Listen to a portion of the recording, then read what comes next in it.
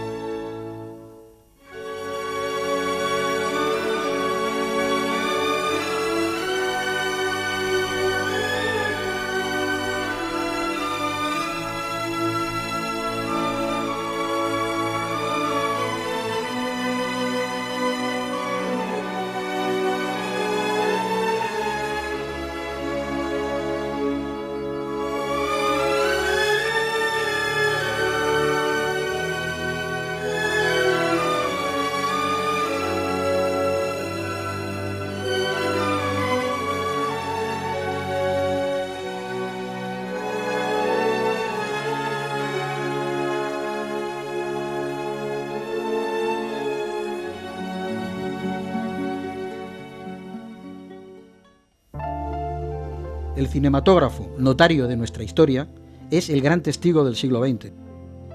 Los anónimos operadores recorrían el mundo con sus cámaras, siempre dispuestos a recoger con imágenes en movimiento los acontecimientos, para poder informar de ellos a un público cada vez más interesado de conocerlos, a través de imágenes animadas, como por ejemplo estas imágenes que estamos viendo.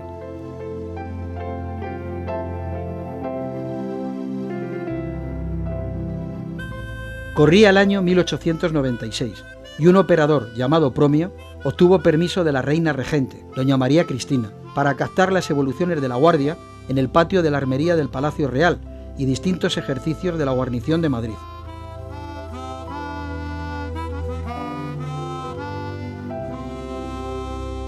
Por cierto, que según cuenta Promio en sus memorias, los jefes de la artillería no estaban dispuestos a disparar sus cañones.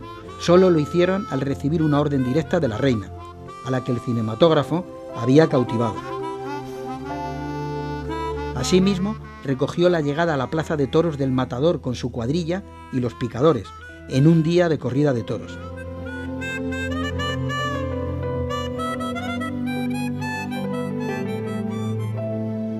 La regencia de doña María Cristina durante la minoría de edad de Alfonso XIII no fue fácil.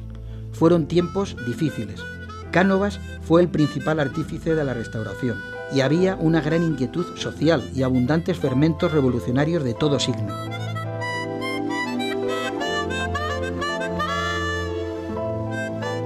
Ningún problema cede en magnitud e importancia al que tiene como teatro la isla de Cuba, donde el capitán general Valeriano Bayler es relevado del mando por Sagasta, al suceder a Cánovas. Antiguas son las aspiraciones de independencia de los cubanos, que libraron una guerra de 10 años contra España que terminó en 1878, volviendo otra vez la guerra en 1895, guerra que no todos los españoles deseaban. Cuando Sagasta, a finales de 1897, promulga una constitución autónoma para Cuba, la medida llegó con retraso. Los cubanos querían ser un Estado independiente y luchar por separarse de España.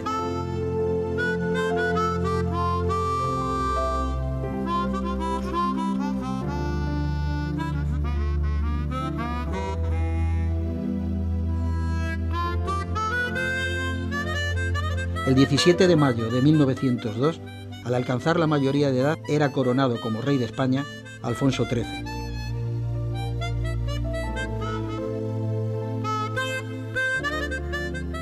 Este es el aspecto de las calles y sus gentes en aquella época. Podemos observar por la forma en el vestir las diferencias de clases en los comienzos del siglo XX. También podemos ver el Palacio de las Cortes en aquella época, donde todavía habrán de escribirse muchas páginas del libro de nuestra historia, y un jovencísimo todavía y soltero, Alfonso XIII, parándose con su comitiva para encenderse un cigarrillo.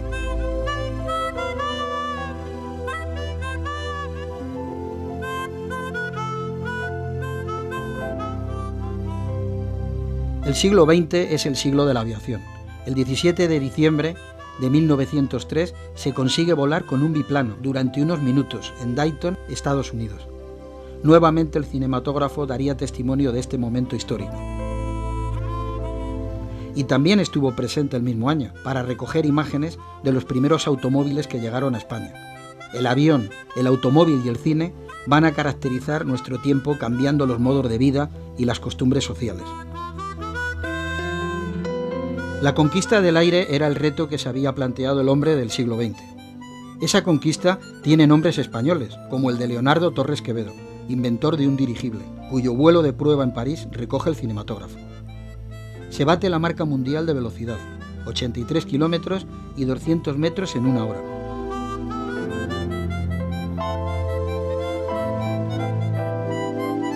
En 1909, la agresión de unas cávilas moras al ferrocarril de unas minas obliga al general Marina a emprender la campaña de Melilla.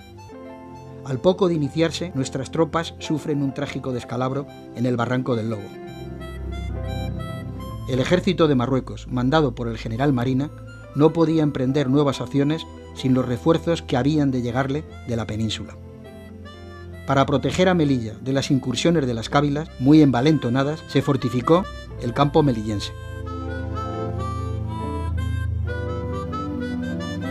A la llegada de los refuerzos en agosto de 1909, se reanudó la actividad militar en Marruecos. En breve tiempo, nuestras tropas ocuparon la península de las Tres Forcas, los montes que rodean Melilla, Nador y el litoral de la Mar Chica. Estos éxitos devolvieron su prestigio a nuestras armas y permitieron que la diplomacia española, basándose en la firme posición adquirida por el general Marina, negociara un tratado con el sultán, que se firmó al año siguiente, por el que se reconocieron a España derechos de influencia en los territorios de Melilla, Ceuta y Alhucemas.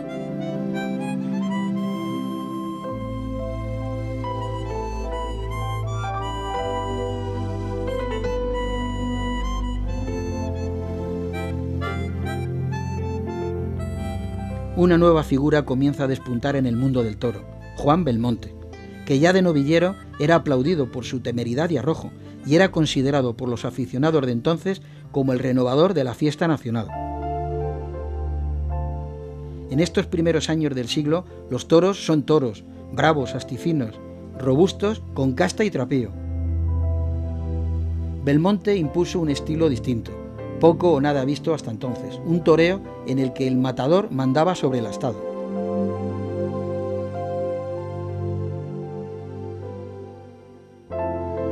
Nombre importante en los carteles de esa época fue también Rafael Gómez, el Gallo, quien en la temporada de 1909 solo toreó 21 corridas, porque estaba quejado de una dolencia contraída el año anterior en México.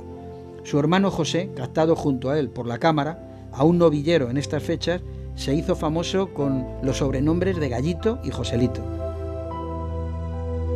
La rivalidad de Joselito con Belmonte apasionó a los aficionados de aquella época. Artista de especiales condiciones, Joselito destacó por igual con la capa, las banderillas o la muleta, y también a la hora de matar, aunque los belmontistas le reprochaban que le duraban poco los toros.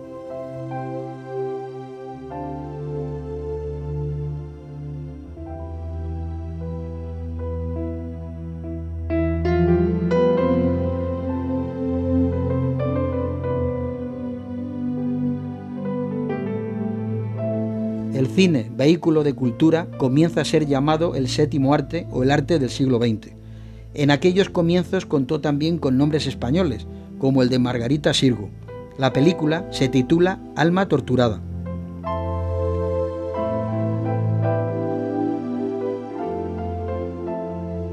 Esta otra producción española se titula El Golfo.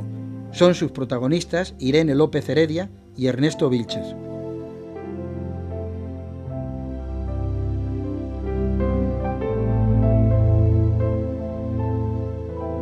Los actores Juan Bonafé y José Isbert intervinieron en una reconstrucción cinematográfica de aquellos días, que reproduce con gran fidelidad el momento en el que José Pardiñas asesinaba a José Canalejas, presidente entonces de gobierno. El asesino, después de disparar contra el presidente, se suicida pegándose un tiro. Era el 12 de noviembre de 1912. El magnicidio conmovió a España entera. Todos los sectores políticos se unieron al duelo y una gran multitud desfiló por la Capilla Ardiente, instalada en el Congreso de los Diputados.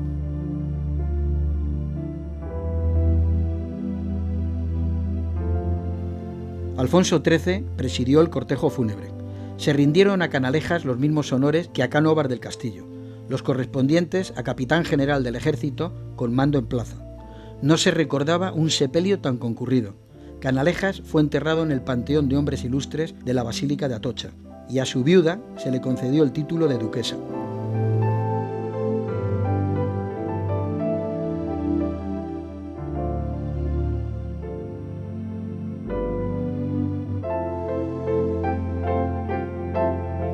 Estalló la Primera Guerra Mundial y España se apresuró a declararse neutral.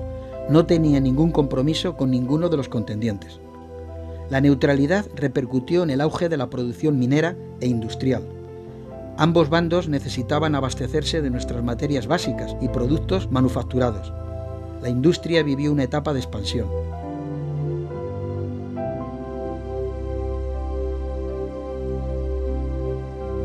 El campo español se convirtió en el granero de los beligerantes, cuyas cosechas disminuyeron por causa de la guerra, y aparecieron acaparadores, especuladores, contrabandistas y otros aprovechados. Sus grandes ganancias fáciles fueron un factor muy perturbador en nuestra economía, trastornando el inseguro equilibrio social. Pronto escasearon las subsistencias en los mercados españoles. La astronómica subida de los precios no solo afectó a las clases populares, sino a quienes dependían de un sueldo o de una renta fija: funcionarios, pensionistas, militares, obreros. Aún corrió peor suerte el proletariado agrario, un campesinado famélico que se volcó en las ciudades industriales buscando empleo, pero los salarios no estaban en consonancia con los precios, ni tampoco con los fabulosos beneficios de ciertos grupos.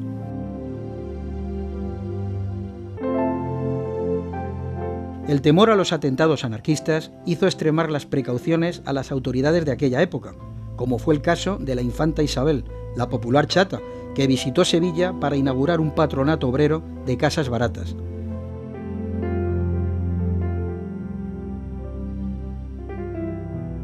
Corría el año 1916. Julio Roeset, director experimentado en aquella época, realizó para La Patria Films esta película. El denominador común de sus escenas fue sin duda el de una candorosa comicidad, pero reflejaban la perfección del gusto de los espectadores de aquella época, poco exigentes todavía. Observen cómo el caballero que lee el periódico trata de propasarse con la señora, sin importarle su acompañante. La inesperada llegada de un cuarto personaje da un cambio de rumbo a la escena.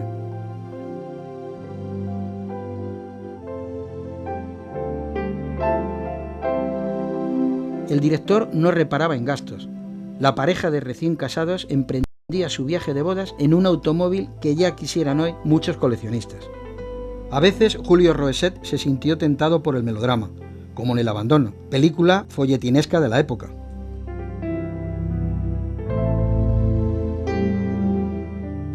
Pero lo que gustaba a todos los espectadores sin excepción eran las situaciones cómicas, aunque fuesen ligeramente subidillas de tono, como esta.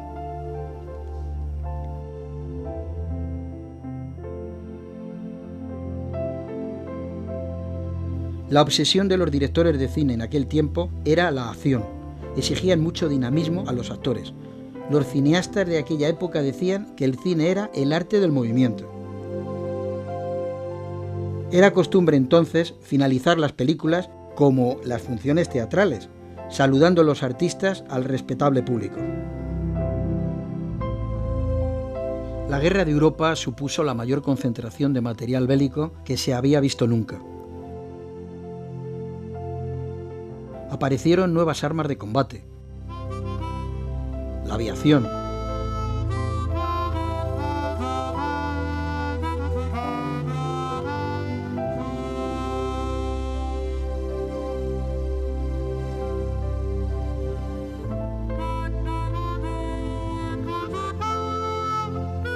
los tanques,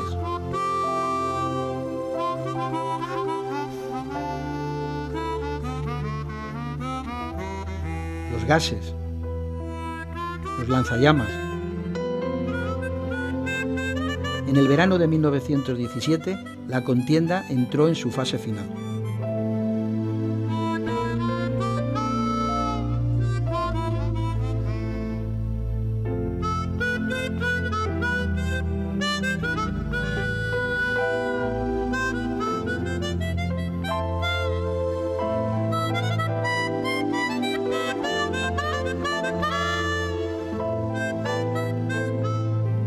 Un deporte que interesaba mucho en la primavera de 1919 fue el pedestrismo.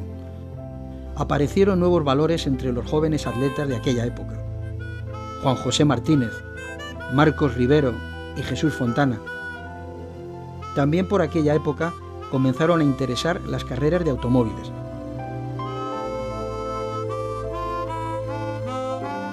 Pero el espectáculo que más apasionaba era el cinematógrafo, bastantes de cuyos locales eran todavía barracones de feria. El cine rendía a menudo tributo a la fiesta nacional.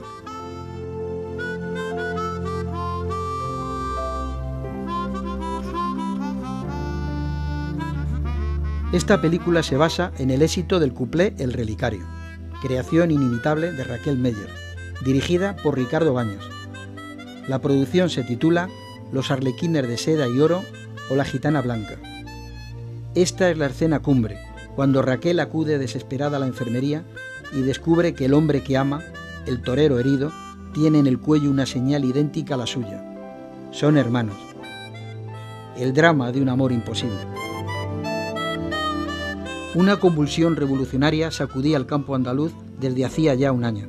Agudizada su conciencia de clase explotada, los braceros desarrollaron una fuerte organización que desafiaba al poder, fascinados por la Revolución Rusa, que veían como ejemplo de redención. Aspiraban a materializar el viejo sueño del reparto de las tierras. El movimiento se extendió a muchos pueblos andaluces, dando lugar a situaciones de violencia, y duraría hasta el año siguiente. Este periodo fue llamado el Trienio Bolchevique. El hambre y el paro empujaron a la desesperación a los jornaleros.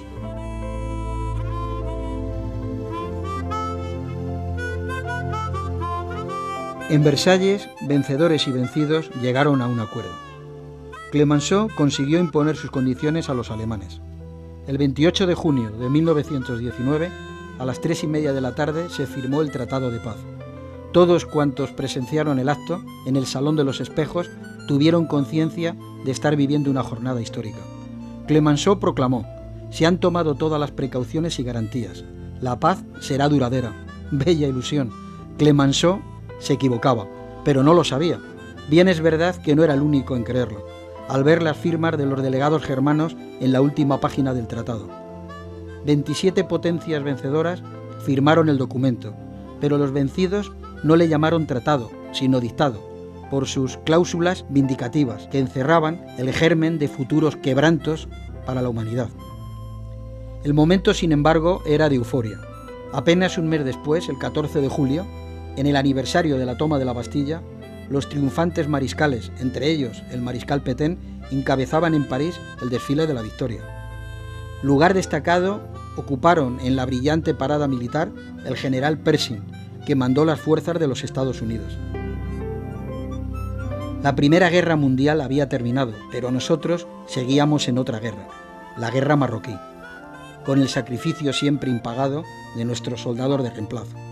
Esta guerra seguía siendo impopular en muchos sectores que la consideraban una arriesgada aventura. Ya en el pasado dio origen a fuertes movimientos de protesta. A menudo se unieron parlamentarios de derechas e izquierdas para votar contra los créditos pedidos por el gobierno, para poder aumentar efectivos o modernizar el armamento. Como la ocupación duraba ya una larga veintena de años sin resultados apreciables, solo una minoría de africanistas aprobaba la política colonial. José Gómez Ortega, Joselito, desembarcó en Cádiz el día de San José de 1920. Comenzó la temporada española el 4 de abril en su Sevilla natal. El menor de la casta de los Gallos, ídolo de multitudes y coloso de los ruedos, se presentaba ante un público incondicional, del modo más brillante. Los críticos de la época estimaron que el torero había vuelto de América más seguro y afinado que nunca. Aquella temporada prometía ser la cumbre de Joselito. Antes de mes y medio llevaba toreada más de 20 corridas.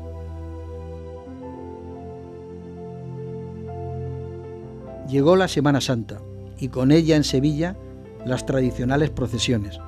Como cada año volvió a congregar multitud de devotos, pero en esta ocasión se advirtió que habían venido más forasteros. Era el inicio de un incipiente turismo.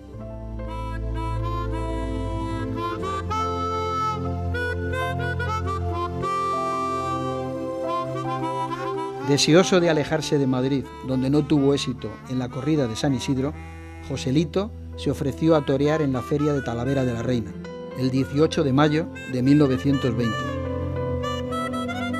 Esta plaza tenía para él recuerdos sentimentales. La inauguró su padre, Fernando Gómez García. Alternaban con Joselito en el cartel su cuñado, Ignacio Sánchez Mejías, su hermano, Rafael el Gallo y Larita.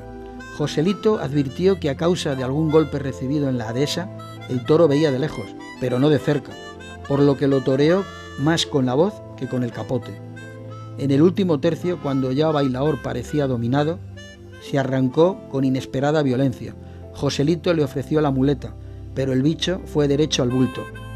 El apunte de Ricardo Marín es trágicamente expresivo. La cornada fue mortal. Bailaor había matado a Joselito. Los primeros en llorarle fueron sus compañeros de brega. En Sevilla, el acto del sepelio fue una gran manifestación ciudadana. Nadie podía querer la muerte de su ídolo. Era tanto su valor, su conocimiento y el poder con el que se enfrentaba a los toros que parecía invulnerable.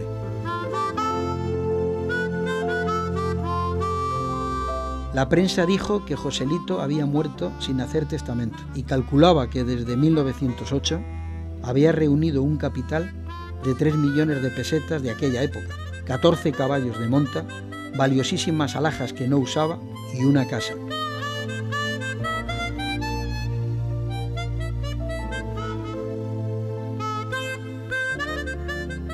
En la comandancia de Melilla, inactiva durante los últimos 9 años, se realizaron en pocos meses importantes penetraciones hacia el Rif, culminando al ocupar el general Silvestre Anual y Sididrís en marzo de 1921. Semanas después, Silvestre adelantó sus líneas hasta Abarrán e Igueriben. La posición de Abarrán se la disputó su enconado enemigo Abdelkrim, quien logró reconquistar la posición y quedó al acecho de asestar nuevos golpes, hostigando sin cesar nuestras líneas. A mediados de julio, las defensas españolas del sector de Anual comenzaron a ser desbordadas por las cávilas de Abdelkrim. Fue una acometida que no pudieron contener las sucesivas columnas españolas.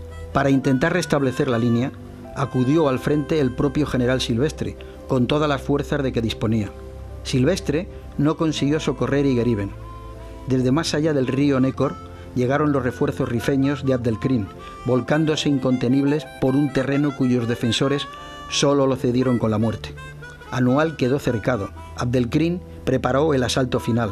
Sabía que las tropas sitiadas, muy desgastadas por los combates anteriores, ya no podían contar con la ayuda exterior y que carecían de agua y municiones para soportar un asedio.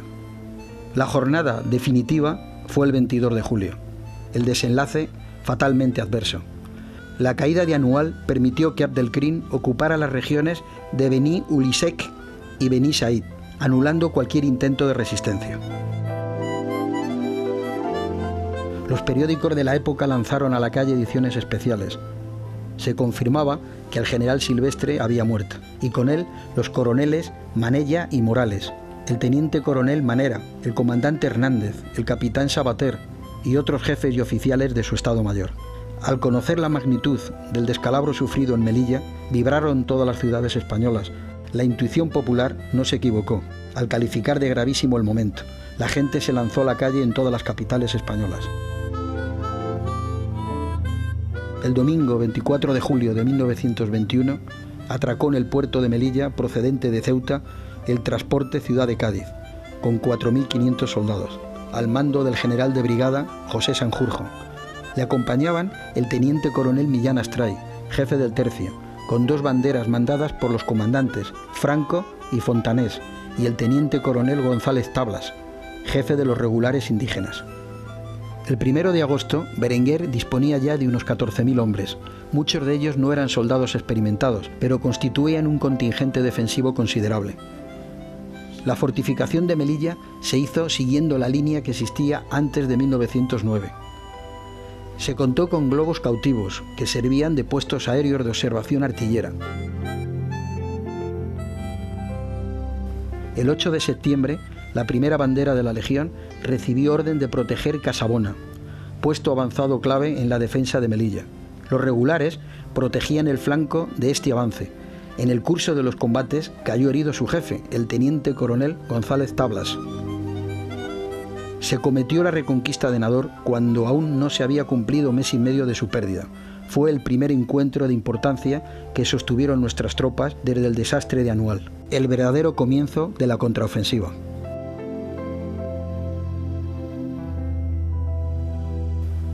Cuando la primera bandera estuvo a la vista de Nador, el teniente coronel Millán Astray fue herido de un balazo en el pecho.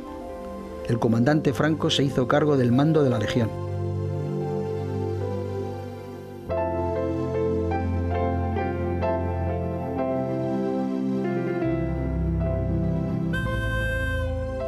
En las primeras horas de la tarde del 17 de septiembre de 1921 se conquistó Nador. Los primeros en entrar fueron los legionarios, a quienes acompañaba un operador de Gomón que rodó estas imágenes. La reconquista de Nador franqueó la entrada a la región montañosa de Benisicar, donde endurecieron su resistencia los rebeldes.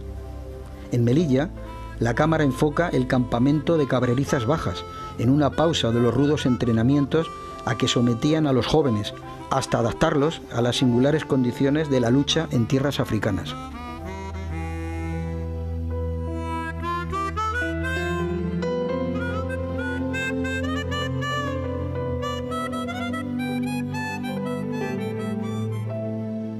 La producción de la electricidad en España alcanzaba en aquel año de 1924 un total de 1.500 millones de kilovatios hora.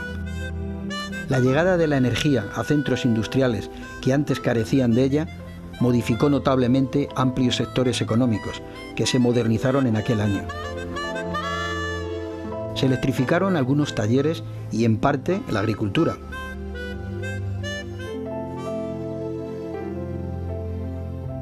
En las ciudades aparecieron los primeros electrodomésticos, instrumentos rudimentarios que no estaban al alcance de todos, pero muchos de ellos se perfeccionaron rápidamente y su uso se extendió entre la burguesía y la clase media.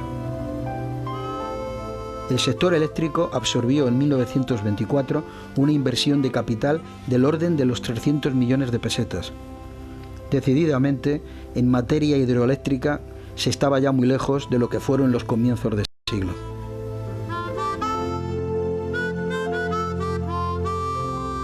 Año 1925. La guerra de África continuaba y se combatía con más intensidad que nunca. Se luchaba para ensanchar la brecha de Alhucemas, penetrando hacia el corazón del Rif.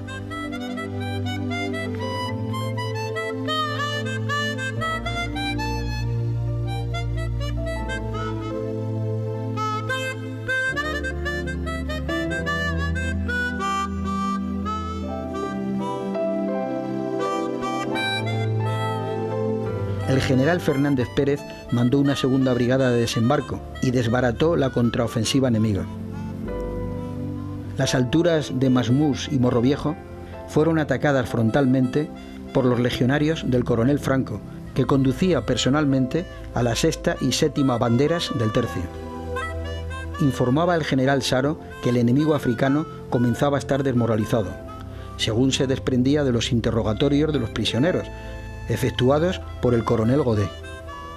Cuando Primo de Rivera pone pie en la playa del Quemado, desembarcaron importantes refuerzos para la fase final de las operaciones, desde los puestos de socorro de las avanzadillas hasta los barcos hospitales anclados en la bahía. La Cruz Roja y la Sanidad Militar cuidaron que los heridos fueran asistidos y evacuados sin pérdida de tiempo.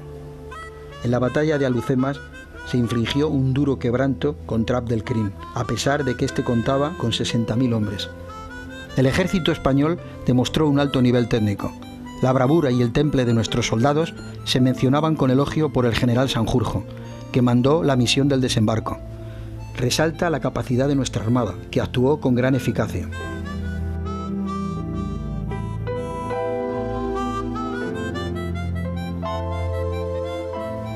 Era el año 1926 y el modisto Paul Poiret dictaba la moda desde París. Sus modelos causaban sensación al exhibirse, y como las cámaras de cine estaban presentes en el desfile, pronto se supo hasta el último rincón de la tierra que la falda larga había terminado y que los detractores de la falda corta habían perdido la batalla, porque todavía se cortaría más. El crucero Buenos Aires, que traía a España a los aviadores héroes del Plus Ultra, entró por el Guadalquivir para inaugurar el puente Alfonso XIII de Sevilla. Era el 5 de abril de 1926. Franco, Ruiz de Alda, Durán y Rada deseaban regresar a España en vuelo, pero se les denegó el permiso por no exponerlos a nuevos riesgos. Cuando, tras elevarse las plataformas móviles del puente, el Buenos Aires rompió con su proa la cinta inaugural, la muchedumbre de sevillanos que llenaba ambos márgenes del río prorrumpió en aclamaciones y vítores. Una flotilla de submarinos llegada de San Fernando escoltaba al crucero argentino.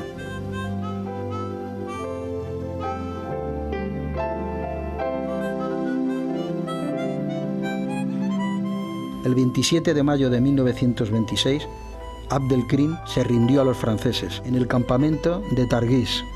Francia había prometido el perdón al cabecilla y meses después lo embarcaron a bordo del navío Labda, rumbo a la isla de la Reunión. Allí tuvo una vida apartada y hogareña, rodeado de su familia, sin otros contactos con el exterior que los autorizados por el gobierno francés. Cuando este reportaje se proyectó en España, causó indignación el trato que recibió Abdelkrim, ya que todavía no se había esclarecido la suerte que habían corrido nuestros desaparecidos.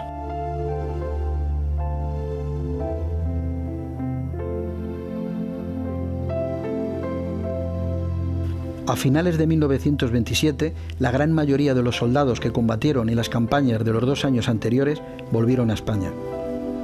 En Melilla, los primeros repatriados son los de artillería, 2.000 de la comandancia y 1.200 del régimen mixto. El Jesús del Gran Poder era un avión de tipo Breguet, íntegramente fabricado en España, con motor hispano-suiza y fuselaje construido en la factoría de Getafe. La madrina del aparato fue la reina Victoria Eugenia y sus pilotos los capitanes Ignacio Jiménez y Francisco Iglesias.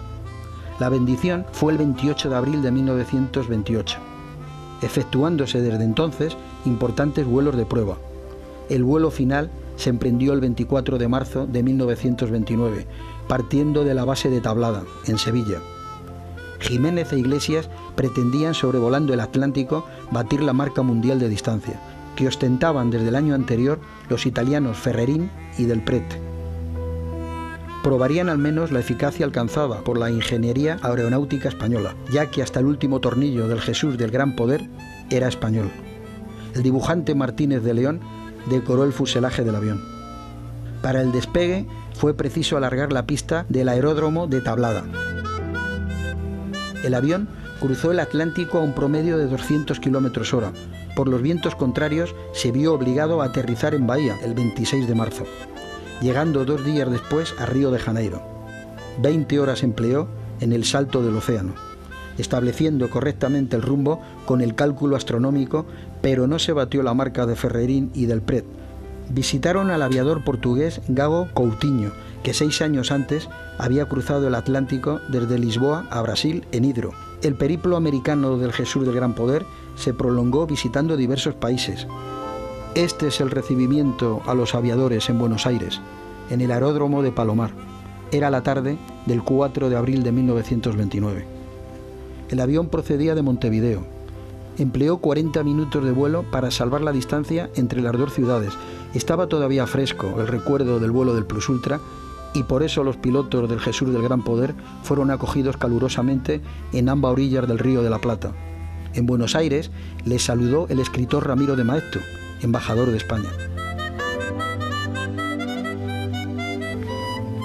En el año 1929 se alcanzó la fase final de un ambicioso proyecto que había comenzado en 1926 con la creación del Patronato del Circuito Nacional de Firmes Especiales, que emprendió el trazado de 7.000 kilómetros de nuevas carreteras. España empezó a contar con una red moderna de carreteras apta para el tráfico de camiones y automóviles. Con esta empresa, España comenzaba a salir de un enorme atraso.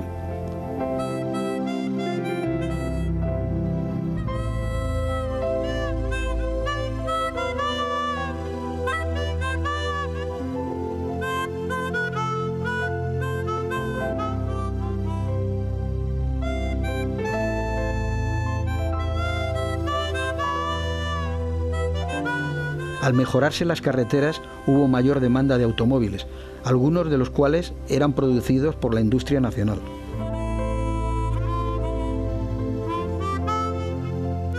También se impulsaron inversiones estatales en el sector ferroviario.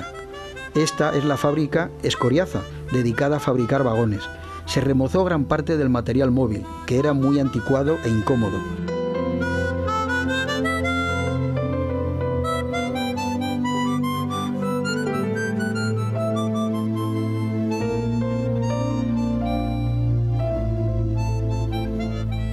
Se produjo una renovación de más de 9.000 kilómetros de red existente, se electrificaron algunas líneas y se introdujeron mayores comodidades para los viajeros, sobre todo en la primera clase, como los vagones Pullman y los coches restaurantes, puestos en circulación por estas fechas.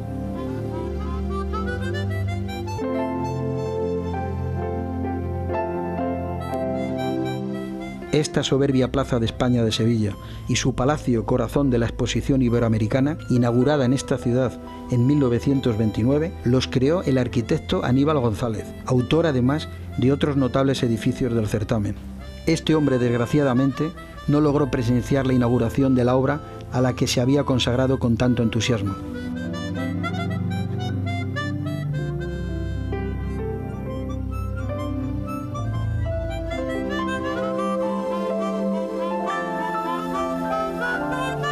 La Exposición Iberoamericana de Sevilla fue concebida como lugar de encuentro de España con las naciones hermanas del otro lado del Atlántico.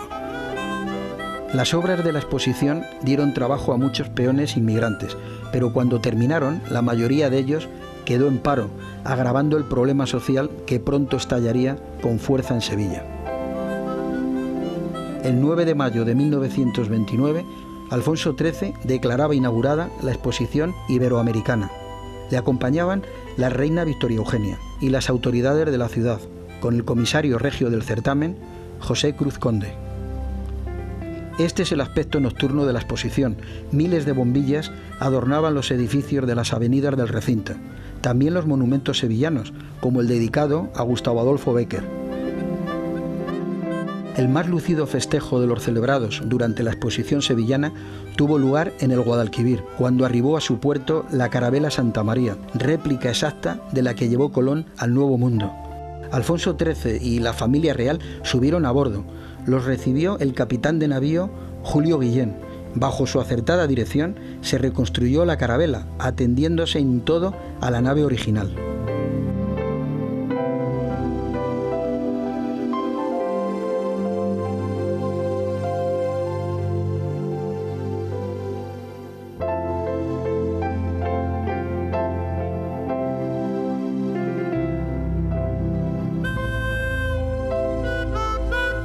Desde 1926, la Unión de Picadores de Toros de España venía pidiendo que se aplicaran modos eficaces para proteger a los caballos durante la lidia.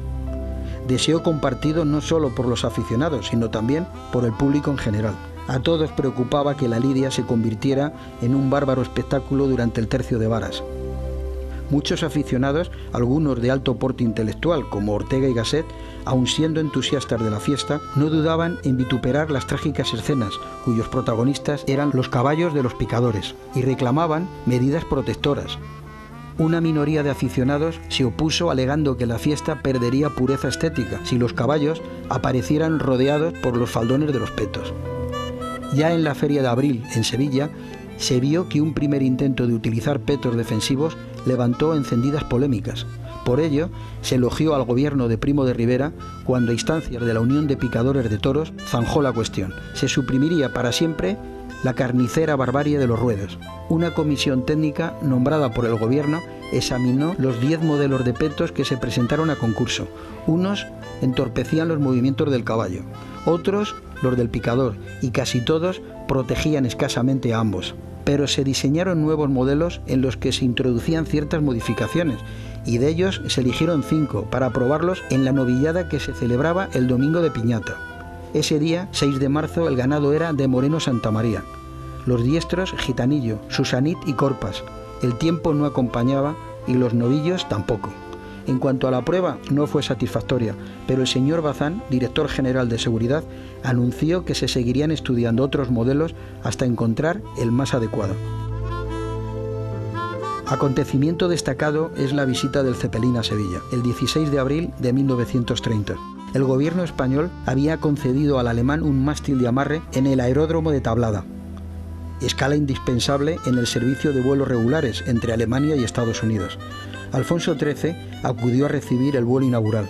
El Zeppelin medía 293 metros de largo por 30 de diámetro. Llevaba 5 motores de 500 caballos cada uno y su velocidad máxima 125 km/h. Embarcaron en el dirigible para cruzar el Atlántico los aviadores Quindelán y Gallarza, el directivo del aeródromo sevillano Luis Echevarría y la señorita Josefina Duro, con su doncella Generosa García. El precio del pasaje fue de 1000 marcos oro. En aquel año de 1930 apareció el cine sonoro. Para la industria española del cine, el momento era crítico, no podía quedarse rezagada, debía de ir con el progreso, pero los capitalistas se mostraban reacios a invertir las enormes sumas que requería el nuevo procedimiento. Los primeros ensayos del registro sonoro se hicieron a mediados de 1930. Antonio Graziani importó un equipo melodión, con el que rodó la actuación del cantaor Matraco y su guitarrista.